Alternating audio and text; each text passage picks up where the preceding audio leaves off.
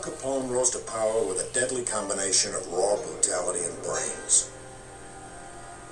He wanted the public to love him, but those who dared to cross it knew better. Scarface Al Capone was a very, very evil man. For the big fellow, killing was just part of his business plan. A plan to become the CEO of organized crime in Chicago.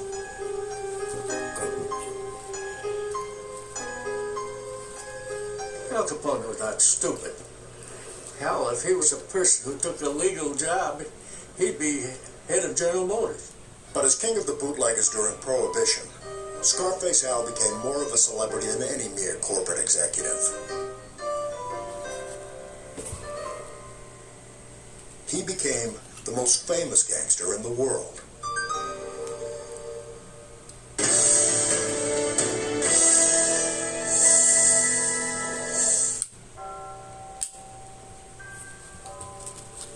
Alphonse Capone was a first-generation American, born January 17, 1899. His parents had many dreams when they left Naples for America. But when they settled in Brooklyn, the Capones found hardship. They lived first in a tenement in the crime-filled Navy Yard district. Life was rough for the Capones as they struggled to escape the waterfront. They finally moved, when Al was 10, to a better neighborhood. He had a perfectly fine mother and father. His mother was devoutly religious to the end of her life. His father was a perfectly respectable barber. No reason to believe that any of the children would grow up to be anything other than perfectly respectable children, and they all grew up to be criminals. Al's criminal path started early. He joined the toughest local gangs, stole things, and when necessary, used his fists. Young Al had flair. He was a cut above the punks who roamed the neighborhood with him.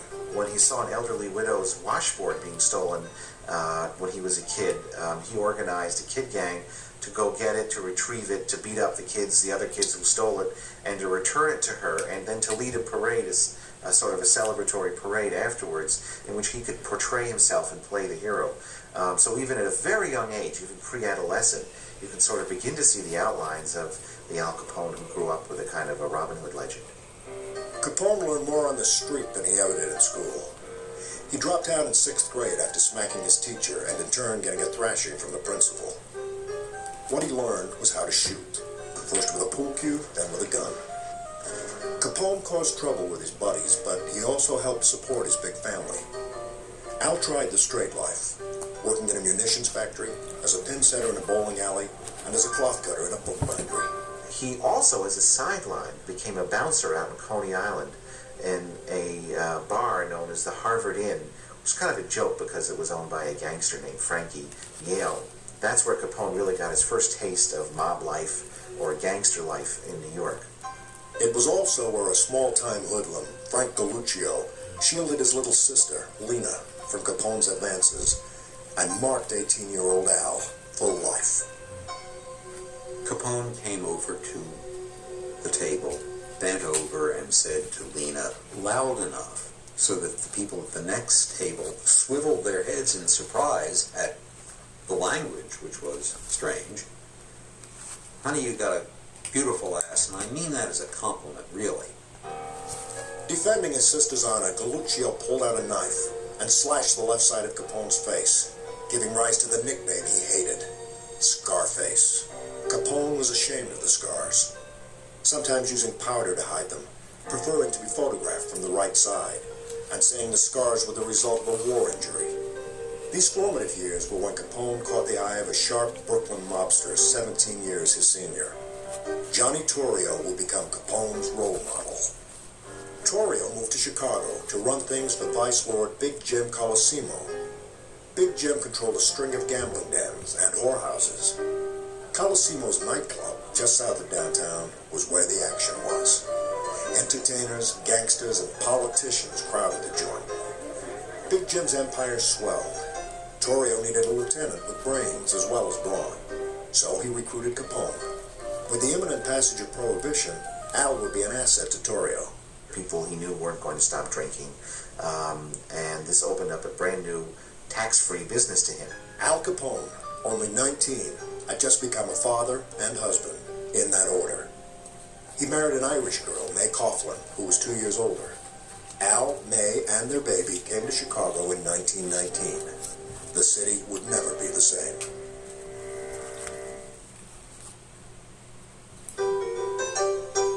In the Roaring '20s, Chicago was synonymous with corruption. Wild nightlife, rampant crime, and flowing booze.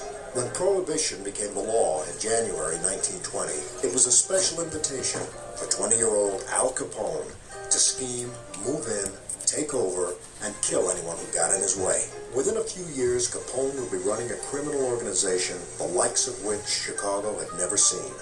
But first, he had some things to learn from his boss, Johnny Torrio. Torrio was Capone's mentor. It was coming up through the ranks, being attractive to the boss, having the boss say, this is someone who might succeed me one day, I'm going to bring him along. He started out in one of the houses of prostitution, either as a bartender slash bouncer slash pimp slash roper. There's stories of supposedly Capone standing outside in front of one of the houses just saying to passersby, hey buddy, we got some nice girls inside. The hot spot where Capone worked was Colosimo's nightclub, watering hole for the city's high rollers. With Prohibition, Torrio saw dollar signs. Bootlegging was his answered prayer, but his boss, Big Jim Colosimo, thought he was rich enough and didn't need a new racket. Without Big Jim, Torrio couldn't expand. Exit Big Jim, but someone had to do it, and it was Capone who was the one who was chosen to arrange it. Al hired his former New York boss, Frankie Yale, to do the killing. Big Jim was rubbed out in May of 1920 in the lobby of his own club. The style of this hit was to become a hallmark of Capone's murders. Planned, deliberate, and witnesses who had sudden amnesia. Now, Torrio and Capone could take over and cash in on bootlegging. Capone had the right instincts, but he still needed some polish. Torrio took the rough edges off of Capone. Aside from everything else, he insisted that he go to night school to improve his accent. He must have had a Brooklyn accent, but evidently he ended up without that kind of an accent. The people who knew him later in life said no particular accent at all. Capone rose quickly through the ranks of the underworld. He never wanted to be thought of as a criminal, but rather as a gentleman, with a passion for opera and the finer things money could buy. Well, he was a very snappy dresser for those days, but not exactly in the Brooks Brothers mode. He went to yellow and green were his dominant fashion statement colors, with a milky white Borsalino fedora that was a jam. He wore a huge 11.5 carat pinky ring that cost $50,000. He wore Italian glove silk underwear. His style earned him the nickname he liked, Snorky, meaning sharp dresser. Al was flamboyant. His 5'10.5", 175 pounds, commanding attention as he and his gang swept into nightclubs. He used to come in with 4 or 5 guys, and they'd all sit at the table, and then the girls would come over, the hostesses in the club. They'd all come around, make a big fuss over him, and he'd give them money. You know, he was very liberal. Oh, sure, I met him. He was a very nice person, as to know him, you know. And what they said, he never did anything. It was his people that did it, like his men that he had or whatever, do this dirty work. Many people only believed in Capone's good nature. They didn't see evil, just generosity.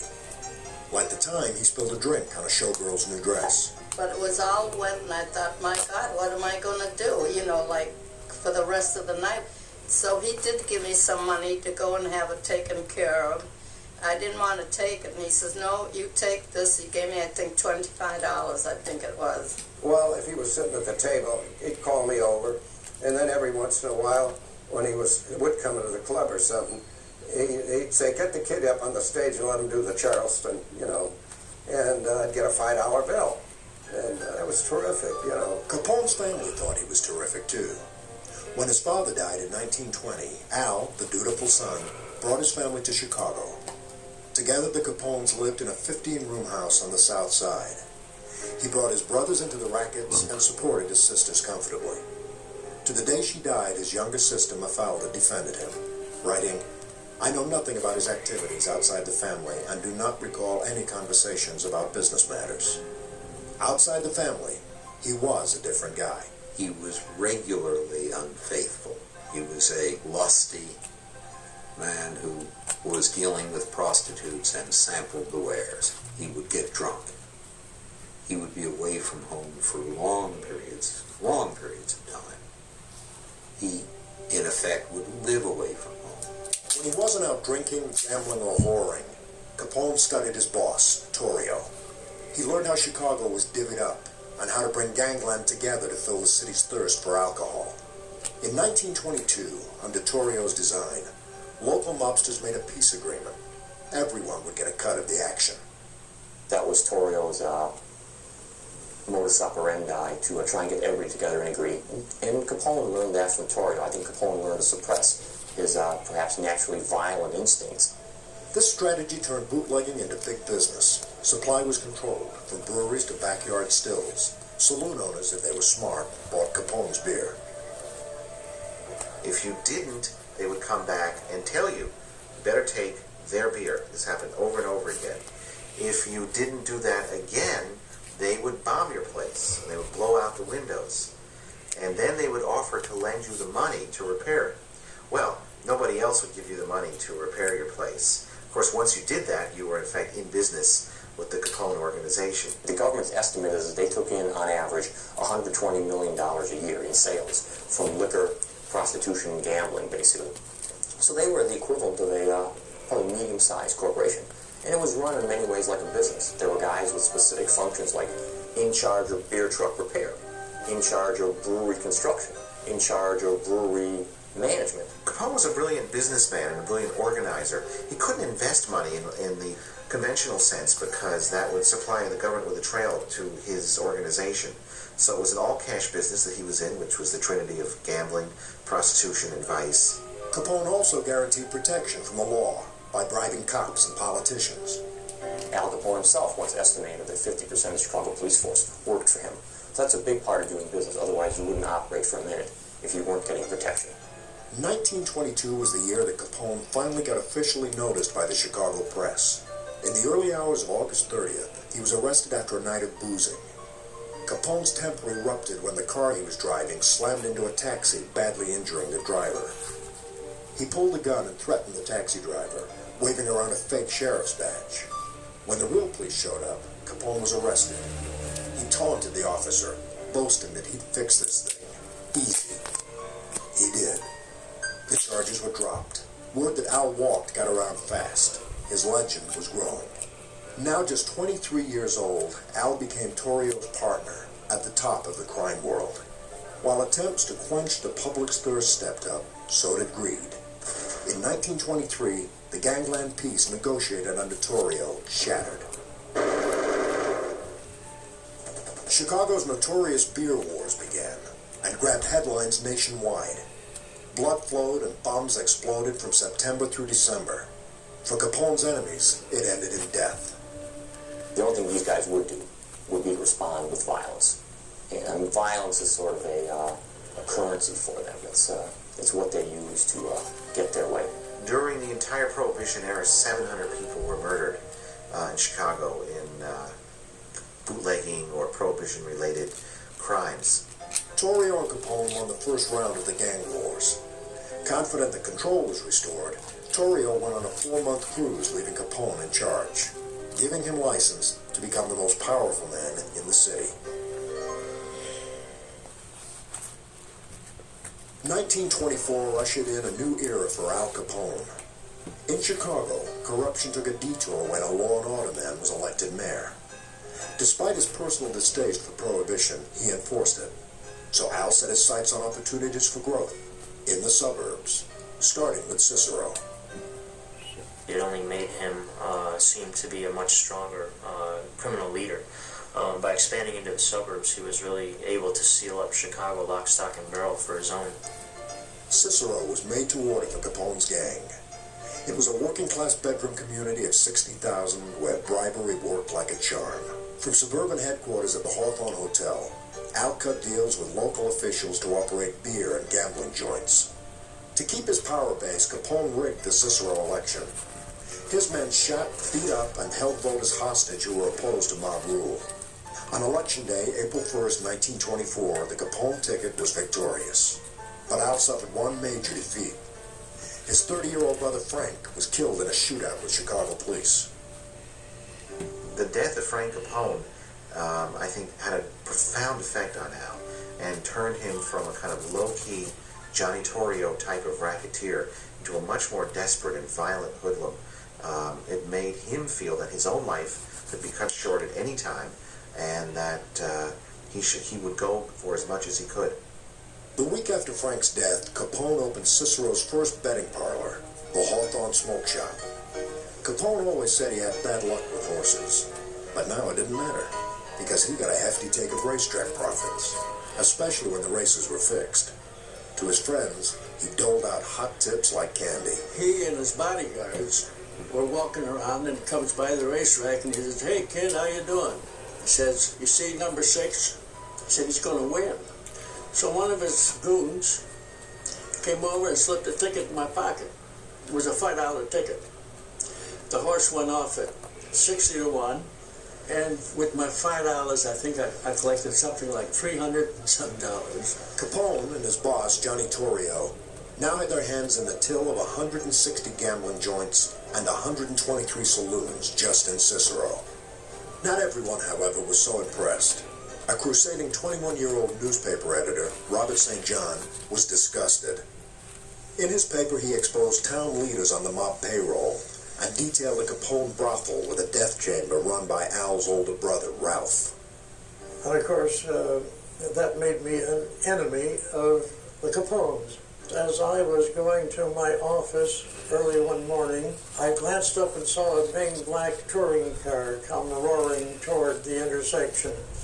This car screeched to a halt and 4 men jumped out. I recognized Ralph Capone immediately, and they headed for me, and I was halfway across the intersection. I dropped to the ground, curled up, put my head between my legs, and they gave me a real working over.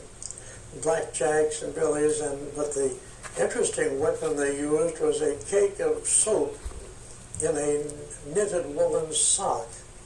This was one of the Capone's favorite murder instruments, because if using this instrument, if they hit the base and the neck and the base of the skull, you can kill a person. This time, though, it didn't work. St. John survived and was hospitalized. And when I got out to pay my bill, the cashier of the hospital said, "Oh, your bill was paid this morning." And I said, "Oh, it was some mistake. It can't have been paid." Oh, yes, they described the man who had paid it. A slight scar on his left cheek. It was Capone. To add insult to injury, Big Al had also bought controlling interest in St. John's newspaper. Capone's takeover of other suburbs was easier. In Chicago Heights, he helped local mobsters win their gang war.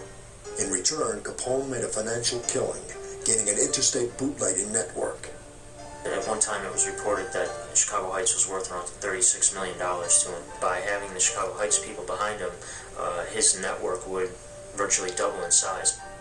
Capone joined forces with the Chicago Heights mob, and in a town where corruption ruled, the big fellow was royalty. And there were times when he'd ride in an open car and people would come up to him and shake his hand, and he would treat people like they were his friends, like they were family, and because of that, they had a lot of respect for him. That respect paid off. While Capone's boss, Johnny Torrio, was away on his cruise, Al expanded operations, formed new allies, and reaped the profits. When Torrio came back, if there had ever been any question in Torrio's mind that Al Capone was the man to succeed him, that ended it. There was also no question about Capone's explosive temper or loyalty. On May 8th, when Al's accountant, Greasy Thumb Jack Guzik, whined that he'd been kicked around by a local bootlegger, Al took aim. He unloaded a six-shooter into the culprit's head, point blank, in front of 3 witnesses. No one forgot it, but no one would say they remembered it. Al went into hiding, but later turned himself into the police, saying he was out of town the day of the murder. Once again, he beat the rap.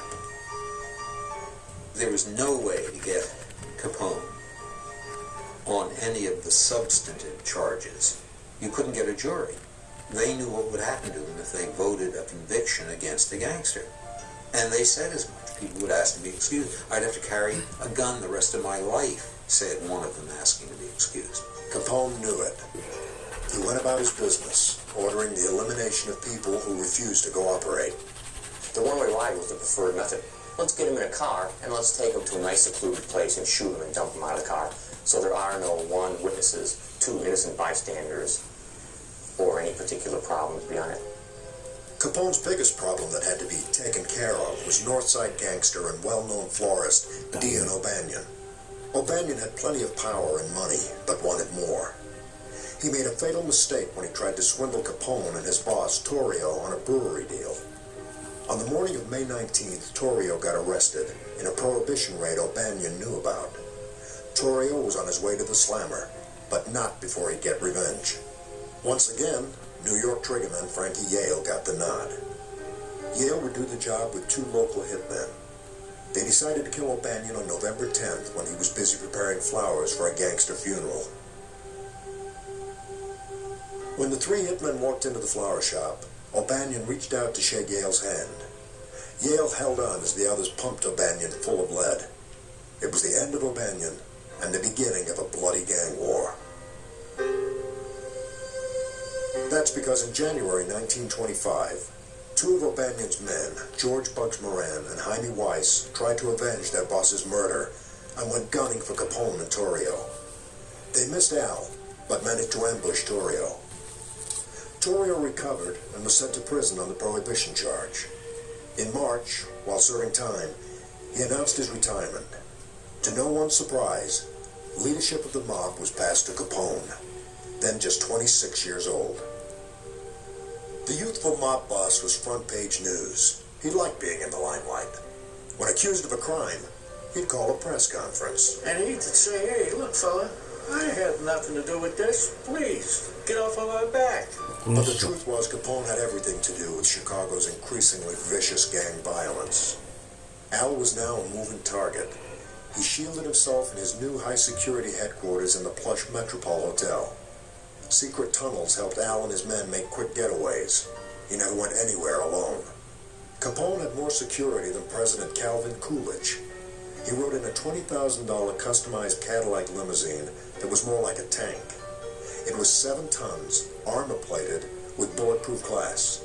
The back window could be yanked when gunmen had to fire at their enemies. Capone now had his share. They kept encroaching on each other's territory. Wasn't supposed to happen. It did. They shot each other.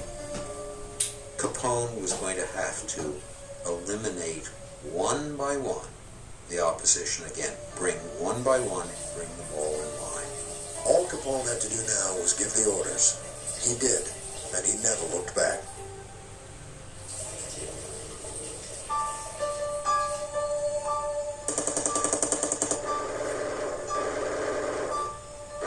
.1925 echoed with gunshots. Violence was escalating with no end in sight. Al Capone and his enemies were fighting with a new weapon, the Tommy gun. It immediately changed the rules of the game because they were much more violent than pistols. Once you combined a machine gun with a moving car, you had a lethal instrument, the likes of which had never been seen before. So they upped the ante in all the gangster wars. Chicago was, for better or worse, kind of the example par excellence of gangland and gangland violence. The violence was much more noticeable and spectacular here than, say, in New York or elsewhere. Capone, however, brought violence to New York. He went there in late December to take his son to a doctor. Then he gave his buddy Frankie Yale a Christmas present, slaughtering 3 of Yale's enemies. Capone and his men were arrested.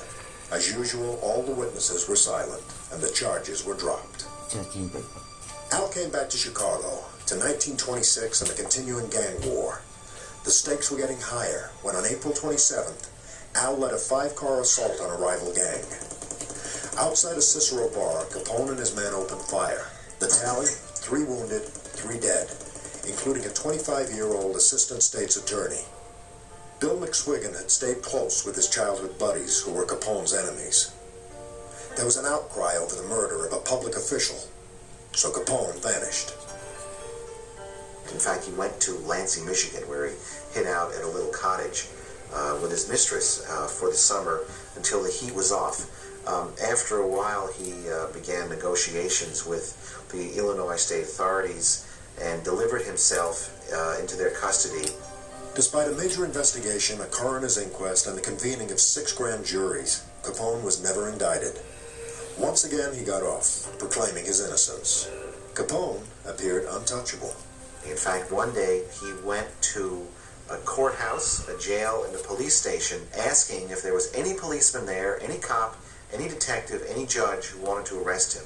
Nobody did. Nobody dared.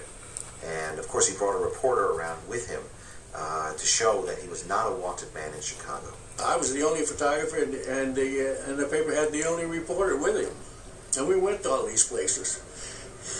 And all these places wanted nothing to do with him. Not everyone stayed out of Capone's way. Trigger-happy Jaime Weiss and Bugs Moran traded shots with Al all during the summer of 1926, but none hit their mark. The most spectacular attempt of all came in late September. Capone was having lunch at the Hawthorne restaurant when a 10-car caravan filled with Weiss's men roared around the corner. Machine gun fire split the air. Capone leapt up and started to run. His bodyguard, it registered on him before it registered on Capone that something is wrong and there's going to be more. They must have been blanks to make us find out what's happening. He dove forward, knocked Capone to the floor, and was holding him down when the rest of the cars came by with real machine guns, and they just shot up the entire block. Finally, a gunman got out, knelt in the doorway, and sprayed the whole place. 5,000 bullets blasted the coffee shop in just under 10 minutes. It was destroyed, but amazingly no one was killed. Capone paid hospital bills for the one person injured. Then he turned his attention to getting rid of Weiss. Capone ordered his men to rent rooms that overlooked the Weiss-Moran headquarters. When they spotted Weiss crossing the street, they opened fire. One more problem eliminated. Soon after, Bugs Moran became leader of the North Side Gang. Capone sent him condolences about Weiss, denying any involvement with his assassination. In late October, Capone made a peace agreement with Moran and other gang leaders. Al later said, "There's plenty of beer business for everybody. Why kill each other over it?" At age 27, Capone's power in the underworld was growing, but he craved recognition as an upstanding businessman. After all, he employed more than 400 people and controlled a multi-million-dollar operation. He didn't go running around with a machine gun shooting people out of fast-moving cars. You would find him in his office, surrounded by junior executives with the phones jangling, 3 people waiting to get a little bit of his time for an executive decision. That was his working day. That's the kind of criminal he was. In other words, he was a modern criminal. 1927 started as a good year for Al by all measures. The U.S. Attorney's Office would estimate his organization took in $105 million that year, all from unlawful enterprises. One of his allies, Big Bill Thompson, was voted back in as mayor of Chicago, giving control of the city, in effect, to Capone. When things were going his way, Al tried to relax. He took his son to baseball games. He boxed. He liked to have a good time. Capone said he was tired of being underappreciated in his role as public servant, that he needed a getaway. So he bought one. In January 1928, Capone paid $40,000 in cash for a 14-room mansion on Palm Island, Florida, near Miami. He invested another $100,000 in improvements to make it a paradise. Still, this wouldn't shelter Capone from problems starting to brew in his own organization. Al learned that his favorite New York hitman, Frankie Yale, was stealing East Coast booze shipments. Loyalty was paramount to Capone, and he felt betrayed. Yale had killed often for Capone. Now the tables were turned. On July 1st, 1928, Yale was the victim, chased and shot down in New York by Al's gunmen. Capone still had one significant rival, Bugs Moran. Moran's gang was hijacking the mob's whiskey. Capone was fed up with Moran's antics, and at the end of December, he went to Florida to mastermind what would become his most infamous crime. The St. Valentine's Day Massacre was one of the most fascinating and complicated hits in the history of gangland in this country, probably also the most celebrated. On the morning of February 14th, 1929, Moran was late getting to his warehouse. His men were there waiting for a shipment of whiskey. Strangers walked in, 2 dressed as cops, 2 others in plain clothes. Moran's men, thinking it was a raid, put their hands up, turned and faced the wall, and instantly were mowed down. An inquest was assembled to investigate. Moran and others pointed the finger at Capone, but Al had an airtight alibi. He was in Florida in a meeting with the district attorney in Miami at the time of the shootings. Once again, with no one willing to testify, the case was closed. No one knows for sure who did it. My theory is they thought the last person to go in, who looked quite a bit like Moran and was wearing the same outfit that Moran wore, a light overcoat with a darker brown fedora. I think they thought he was Moran. The city and the country was sickened by this killing, but the bloodshed wasn't over. The St. Valentine's Day Massacre was the most graphic show of violence yet. Now, there was no escape for Capone. He was to become the target of criminals and lawmen alike. Public disgust with the St. Valentine's Day Massacre had barely subsided when Al Capone made his next move to clean house. In May 1929, Al's informants told him hitmen John Scalise and Albert Anselmi and another gunman were conspiring to murder him. Capone invited them to a roadhouse in Indiana. He got their confidence and threw a banquet for them, and they had a wonderful evening drinking and eating. And then at the end of the night, then the tables turned, and he accused them of treachery, and he and his bodyguards beat him to death with baseball bats, before shooting them, of course. Now, I photographed the 3 bodies that were found in the brushes in Hammond. Their heads were smashed. They were bad. The police picked up the bodies and they took them to a mortuary, and we had taken pictures of them covered up. You only saw a little bit of their face. It was a really hideous crime. In fact, it was so hideous that even other gangsters began to distance themselves from Capone at that time. Suddenly, trouble was everywhere for Capone. Public sentiment against him was growing. His life was in danger. There was a $50,000 contract out on him. Al figured the only place he'd be safe was in a jail, away from Chicago. So he set it up. On May 16th, leaving a movie theater in Philadelphia, Capone and his bodyguard were arrested for carrying concealed weapons. The scheme went haywire when the judge threw the book at them. The verdict was stiff: a year in jail. Al tried everything to get out early, from bribery to giving money to local charities at Christmas. It didn't work. So Al used his phone privileges to run his gang, long distance from jail. The news he got from home was bad. Capone and his organization were now a target of the federal government. President Hoover wanted to see Big Al behind bars for a long time. He kept asking his aides, "Have you got that fellow Capone yet?" The IRS was working on it, closing in on his gang. Well, he was still in jail in Philadelphia. Ralph Capone was gotten and was sent away. Jack Guzik was sent away. Frank Nitti, who was Capone's number 2, was sent away. All on income tax. When Capone left prison in March 1930, new problems awaited him. He had just been named public enemy number 1 by the Chicago Crime Commission. But he wanted people to think of him as a good guy. The country was entering the Depression, so Capone responded, opening Chicago's first soup kitchen, feeding 3,000 hungry people a day. I want to find President Capone was opening up this here warehouse on 935 South Capone's generosity made him somewhat of a folk hero in the media.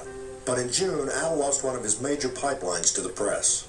Jake Lingle, who covered crime and politics for the Chicago Tribune and was on Capone's payroll, was gunned down by one of Al's rivals. When I looked at him, I said, "Oh my God, that's Jake." Well, I took a picture too and then called the office. I said, "Jake Lingle was just killed. He was on his way to the racetrack, and the only reason I know that is because he had a racing farm there." Capone avenged Lingle's death and began to deal with his newest enemy, the federal government. Pop culture has left the impression that a group of Prohibition agents shut down Capone. The Untouchables, led by Elliot Ness, in reality, did little more than stage a couple of raids for the press. The IRS taxmen, who had already put away Capone's top lieutenants, were the government's real heroes. But it wasn't easy. Legally, Al didn't own a thing. He couldn't buy real estate. He put his house in Florida. In his wife's name, he put his house in Chicago. In his mother's name, he put his car in his wife's name. He didn't keep ledgers, but some of his bookkeepers kept ledgers. And eventually the IRS discovered the ledgers, was able to decipher the ledgers, and was able to track some of the codes in the ledgers to Capone's old bookkeepers, and then track them back to Capone himself. It took 5 years to bring all the evidence together. On June 5th, 1931, the man known as Alphonse Capone was indicted on 22 counts of income tax evasion dating from 1925 through 1929. The prosecution, led by United States Attorney George E.Q. Johnson, said Capone owed Uncle Sam just over $215,000. Capone did everything in his power to control the outcome of this case. Capone hired 5 hoodlums to come out here to New York, kill my father. And they were spotted here, and the Secret Service had tailed them enough to stop this, and Capone was convinced you better send them home. This was just before the trial. We had a squad car, a Chicago squad car in front of our house on the south side of Chicago, and one in the back part of the house, and my father had Secret Service with him all the time, doing this thing. It's the only way to keep him alive. Capone tried to plea bargain, but the judge wouldn't hear of it. Then Capone opened his wallet to buy off the jury. But when the judge found out, he switched jurors moments before the trial was set to begin on October 7th. There was no real defense for Capone. With so many hard-working Americans paying taxes on small salaries and so many out of work, there wasn't much sympathy for Big Al, the big spender. The jury was out 9 hours. There were 22 ballots taken. And as we know by history, that Al Capone was found guilty of income tax evasion. Not murder, not pimping, not all the dirty things he did or killing, but income tax. That was the only way he could be prosecuted, and that's what my father did. Capone was sentenced to 11 years behind bars, the stiffest penalty of any tax case to date. It's safe to assume that Capone never expected to be convicted, or if he was convicted, he expected to spend perhaps a year or 2 in jail, not 10 or 11 years. As he left court, he looked to the photographers and said, "Get enough, boys. You won't be seeing me for a long time." Capone appealed the verdict, but lost, and went from Chicago's Cook County Jail to federal prison in Atlanta. In August 1934, he was sent to the Rock, Alcatraz. At Alcatraz, Capone kept to himself. His old ways didn't work there. In 1936, a fellow prisoner tried to kill him, stabbing Capone in the back with a pair of scissors. In 1938, Al was officially diagnosed as suffering the degenerative effects of syphilis, picked up from one of his prostitute girlfriends. His mind was going.